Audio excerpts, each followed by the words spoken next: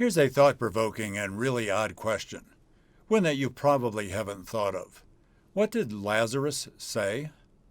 John 11 in the New Testament records a divisive miracle that Jesus performed. It was divisive in the way people reacted to it. It's the account of Jesus raising Lazarus, his friend Lazarus, from the dead. Any answer to the question, what did Lazarus say, is speculative, because Lazarus actually had no lines. I know the feeling.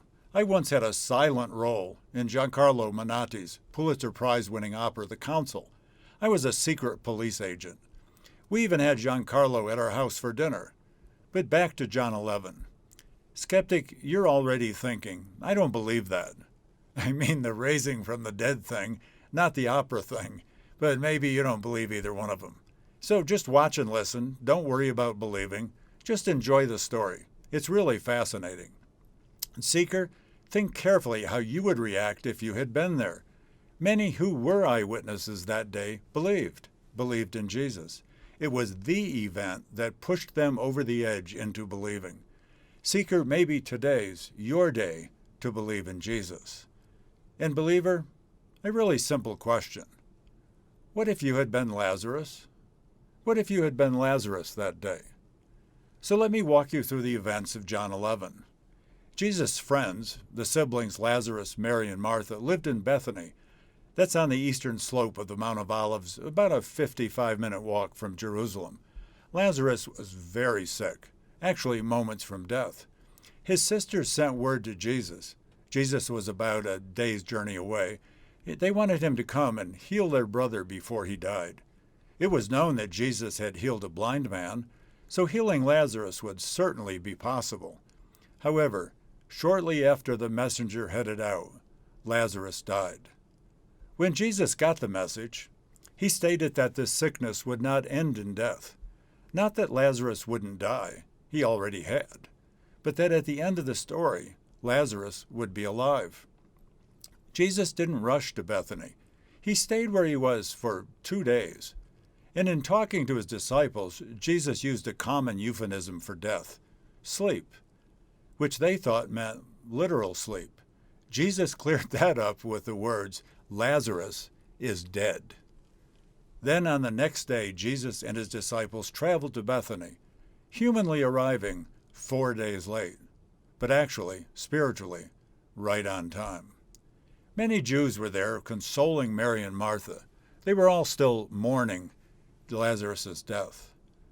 Martha went out and met Jesus and said, Lord, if you had been here, my brother would not have died. Jesus' response to her was huge. Your brother will rise again. I am the resurrection and the life. That's what he said. I am the resurrection and the life. He who believes in me will live even if he dies. And he added this, do you believe this? When Mary, the other sister, came to Jesus, she said the same thing. If you had been here, my brother would not have died. His response to her was different. Where have you laid him? When Jesus went, he saw her and the other Jews weeping, not wailing, not just teared up, but sobbing. That scene affected him, but in a strange way. Verse 33 states that he was deeply moved in spirit and troubled. That's somewhat hard to translate from the Greek. It means more than being just emotionally stirred up. It can mean that he was stern, serious, angry, annoyed, displeased, even chagrined. Verse 35 states that Jesus wept. That's a Greek word meaning teared up or that he shed some tears. He wasn't sobbing. The Jews said, he healed a blind man. Couldn't he have kept this man from dying? Jesus stood at the cave tomb, a stone covering the opening. And he said, remove the stone. Think about that. Remove the stone? Wait a minute, what?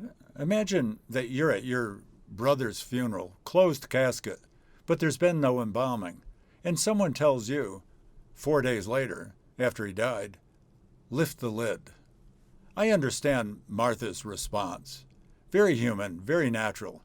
I love it in the King James. She said, Lord, by this time he stinketh. It's been 4 days.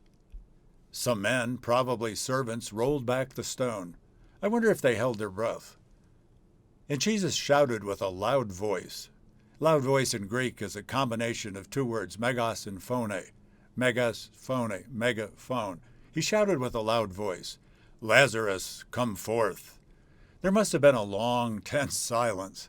What would happen? You see, Lazarus had been laid out, probably on a stone slab, dead. Hadn't moved in 4 days. He was wrapped in traditional grave cloths. He had to get up, get his footing, and short steps shuffle toward the light of the cave door. In that long silence, what was everybody thinking? Someone might have thought, is this going to work? Someone else might have said, you're kidding, aren't you? Or, no way, not going to happen. Or was it, I believe Jesus can do this. Then the proof of the miraculous happened. Lazarus walked out of the grave cave. Can you imagine the shock? Can't you just see Mary and Martha in your imagination? Can't you see them bursting into tears of joy? And the bewildered crowd must have been shouting and cheering, Lazarus is alive. But what about Lazarus? Remember, he's got no lines in John 11. All we can do is speculate about what he was saying. What do you think? What do you think he said? What do you think his first words were? I thought about this. I can imagine Lazarus shuffling up to Jesus and saying, "What were you thinking? I've been in paradise for 4 days. Is it ever fantastic?" Well, of course, you already know that. But, man, I thought you were my friend. You bring me back here to live in the 1st century with my sisters? I've got to get sick and die all over again? What were you thinking? You see, we don't know what Lazarus said. It's fun to think about. But we do know what others did and what others said. The Jewish witnesses that were there had 2 very different reactions. Some believed in Jesus. But others ran off to tell the Pharisee enemies of Jesus what had happened. They ran off to tell the Pharisees, who met with the chief priests, and they planned together to kill Jesus. And a short time later, during Passover week, the chief priests planned to kill Lazarus too. They wanted to kill him because of all the people that believed in Jesus, because Jesus had brought him back from the dead. You see, you can be a first-hand eyewitness of a spectacular miracle and go in either of 2 different directions, believe or reject. And based on trustworthy eyewitness testimony, some believed and others rejected Jesus. It's the same today. How are you reacting to their eyewitness testimony? Skeptic, have you pre-decided that you won't believe even with eyewitness testimony? Or are you open, just open, to the possibility that Jesus really is who he said he was, the resurrection and the life? A few verses earlier, before this story, back in John 10, Jesus said, "If I do not do the works of my Father, if I do not do them, do not believe in me.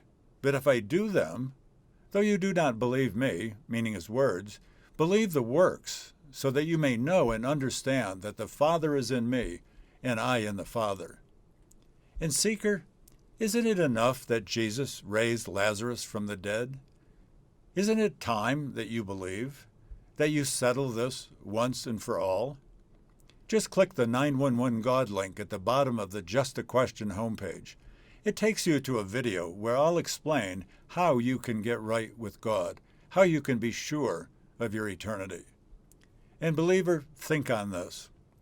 We don't know what Lazarus said, but what would you say if you died and Jesus brought you back from heaven to your life just as it was 4 days ago? Would you be different? Would you be more confident and more vocal about your faith? What did Lazarus say? More importantly, what do you say? It's just a question. I'm John Morris, and I'll be back on the next Just a Question.